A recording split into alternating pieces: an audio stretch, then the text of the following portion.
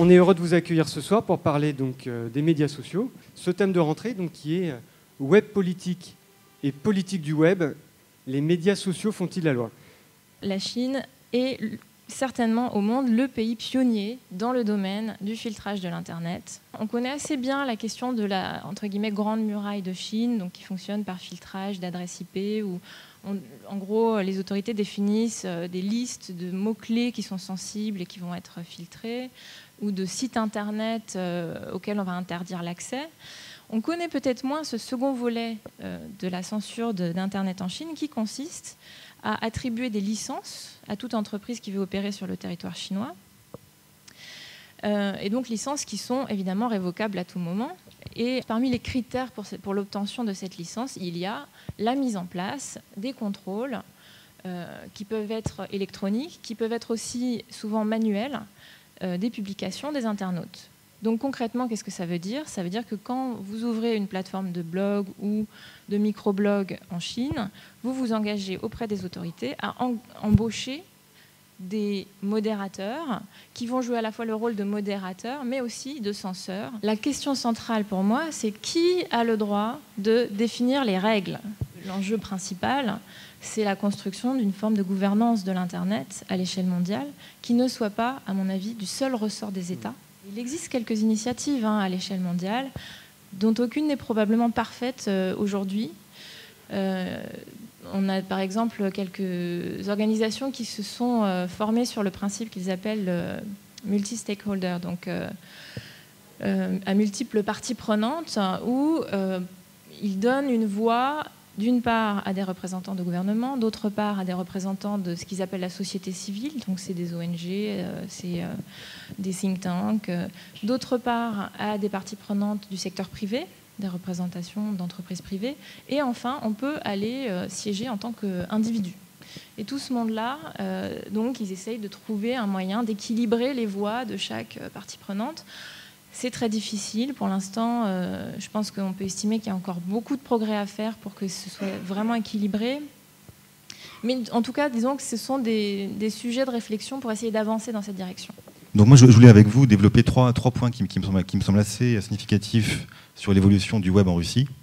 Donc d'une part, le web fait circuler une information de première main sur des abus de pouvoir de fonctionnaires corrompus, sur des cas d'injustice administrative, photos et vidéos à l'appui. Contrairement à la Chine, le web russe n'est pas censuré, au sens propre du terme.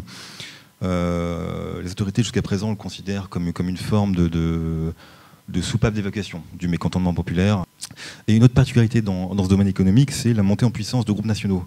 Donc Séverine en a parlé pour la Chine, mais c'est aussi vrai du cas russe, avec des acteurs qui sont capables de protéger un marché nationaux. Je pense là à des acteurs comme Yandex qui surpassent complètement Google en Russie, avec un peu plus des 2/3 de part de marché, si je ne me trompe pas. On a mentionné l'année dernière deux projets de Moscou soutenus par Pékin, de code de conduite sur le cyberespace et d'une charte sur la sécurité de l'information internationale. Donc là aussi, mettant l'accent sur le rôle de l'ONU et l'UIT. Donc avec une volonté vraiment d'investir ces organismes pour essayer de multilatéraliser la gouvernance d'Internet, avec vraiment un enjeu de souveraineté et une crainte d'ingérence des États-Unis. Là, c'est quelque chose qui est extrêmement prégnant quand vous adressez aux Russes sur les questions numériques. En Russie, on opère, du coup, comme il n'y a pas de censure, depuis la plateforme basée ici, mais on a pris un partenaire local, qui est un groupe de médias qui va nous aider justement à parler local. Et quand je dis parler local, c'est pas juste traduire, c'est évidemment à parler local dans le sens, dans les attentes et dans les façons de faire du business qu'attendent les Russes. Une réponse différente peut-être à cette question, les médias sociaux font-ils la loi?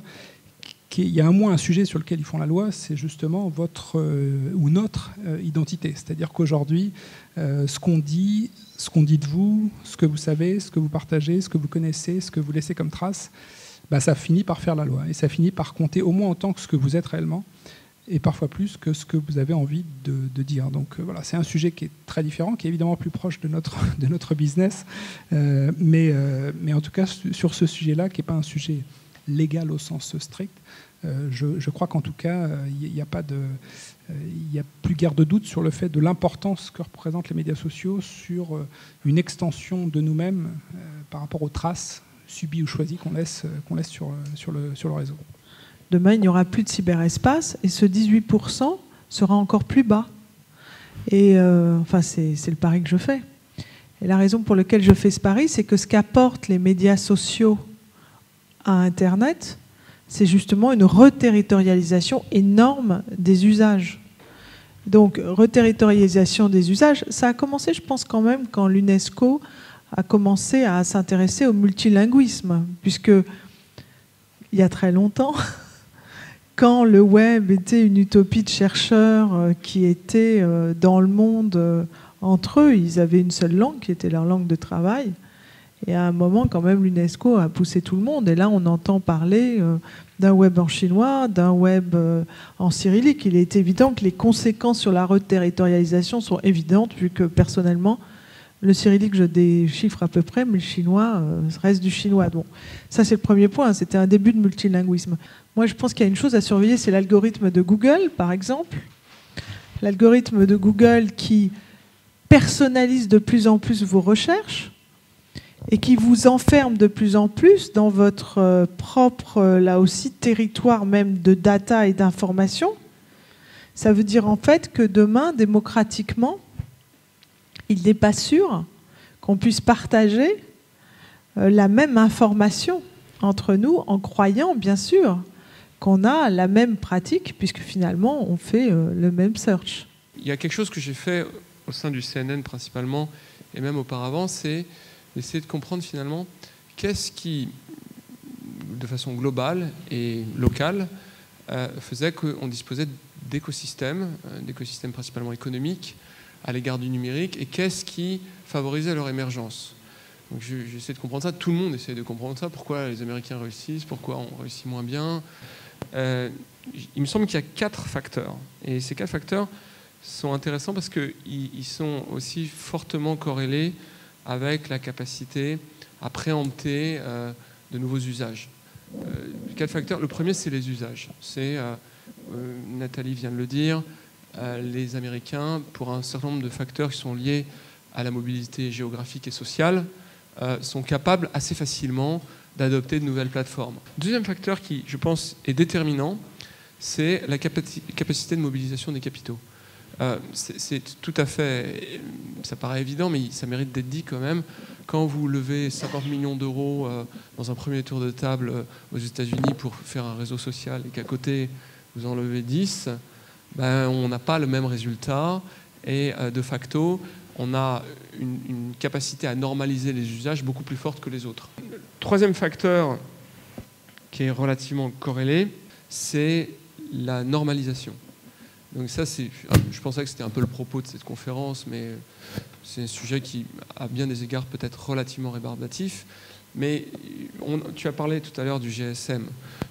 C'est un truc qu'on ne réalise pas. Le GSM, c'est la seule norme qui est totalement mondiale. Le quatrième facteur, c'est le facteur de l'éducation, qui est le surdéterminant, c'est-à-dire l'organisation du système éducatif, et à tous les niveaux, un facteur qui va préempter à la fois les usages et notamment les usages interpersonnels.